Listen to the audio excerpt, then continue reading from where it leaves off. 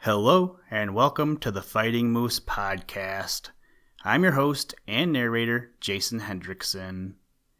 This is a podcast where I retell stories, some fictional and some historical, that can be enjoyed by people of all ages. So yesterday, I was all excited. I thought I was going to win a chance to go sailing on the USS Constitution on July 4th. Well, the day came and the day went, and I didn't get an email saying I had won. However, I did do some research on things to do in Boston, which is where the USS Constitution is docked, and I think that this year for our wedding anniversary, we are going to take a trip to Boston. So, with all this talk about Boston, I found a poem about Boston titled Boston, written by Ralph Waldo Emerson, and comes from the book Poems of American Patriotism. Hopefully, we can make this trip happen, since neither my wife or myself have ever been to Boston. And maybe while we're there, we can catch a Red Sox game, or eat some clam chowder, or maybe just soak in the history that is in the area. Now, let's turn to today's story. I hope you enjoy. Let's begin. Liftoff. We have a liftoff.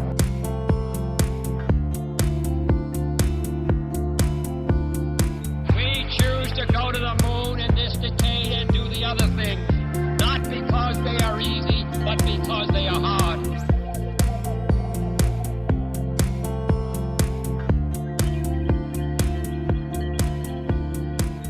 Boston. Side note, December 16th, 1773. This poem was read in Faneuil Hall on the centennial anniversary of the Boston Tea Party, at which a band of men, disguised as Indians, had quietly emptied into the sea the taxed tea chests of 3 British ships. The rocky nook with hilltops 3 looked eastward from the farms, and twice each day the flowing sea took Boston in its arms. The men of yore were stout and poor, and sailed for bread to every shore.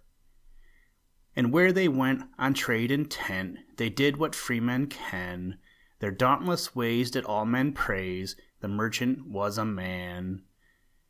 The world was made for honest trade, to plant and eat, be none afraid.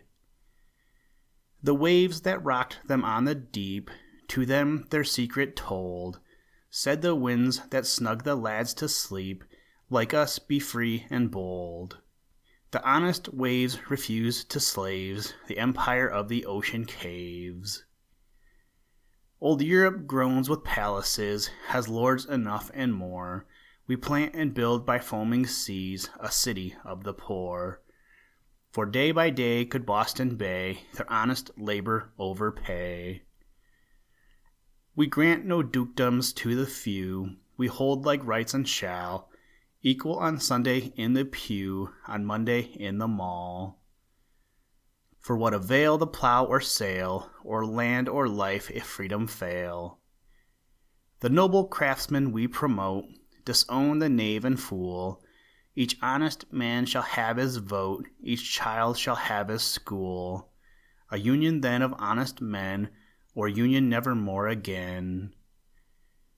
The wild rose and the barberry thorn hung out their summer pride, where now on heated pavements worn the feet of millions stride.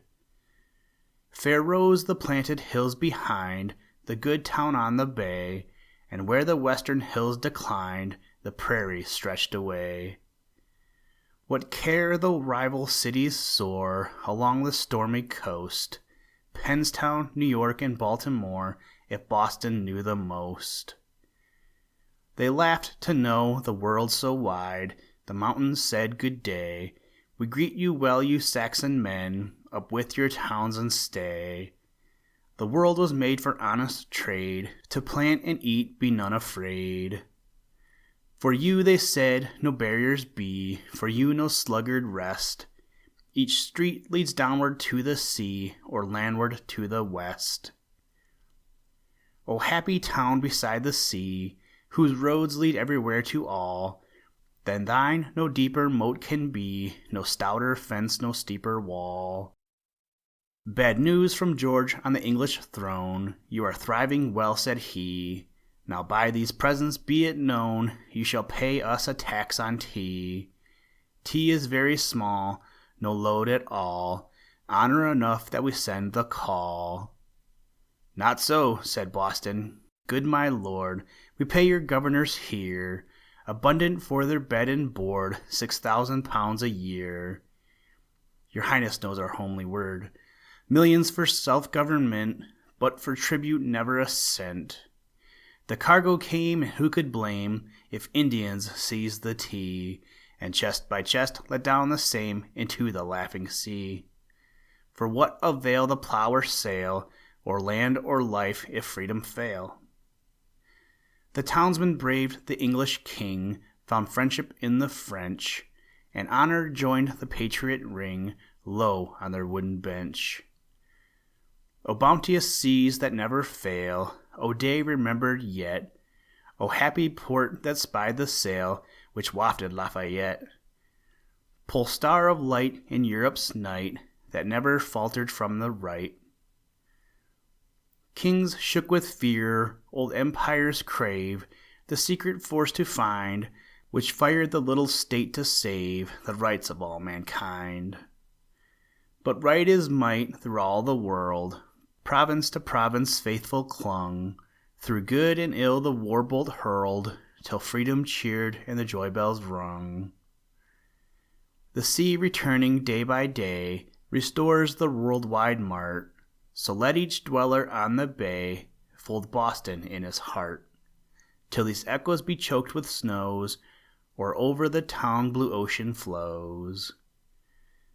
Let the blood of her 100,000s throb in each manly vein, and the wit of all her wisest make sunshine in her brain. For you can teach the lightning's speech, and round the globe your voices reach. And each shall care for other, and each to each shall bend, to the poor a noble brother, to the good an equal friend. A blessing through the ages thus, shield all thy roofs and towers. God with the fathers, so with us, thou darling town of ours. Listen, Tranquility Base here. The Eagle has landed. That's one small step for man, one giant leap for mankind.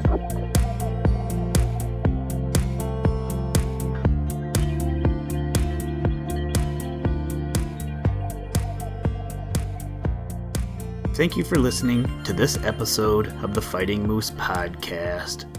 Please join us next time as we read another exciting story.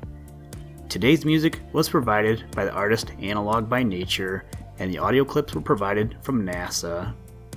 For more information to download and or listen to audio or materials from all our recordings, or to contact us, please visit www.thefightingmoose.com, or you can follow the links in the show notes. If you enjoy the podcast, please leave us a review wherever you get your podcast or on iTunes, and tell a friend. Thank you for your patronage, and as always, try and do a random act of kindness every day. Mission complete, Houston. After serving the world for over 30 years, the space shuttle turned its place in history and has come to a final stop.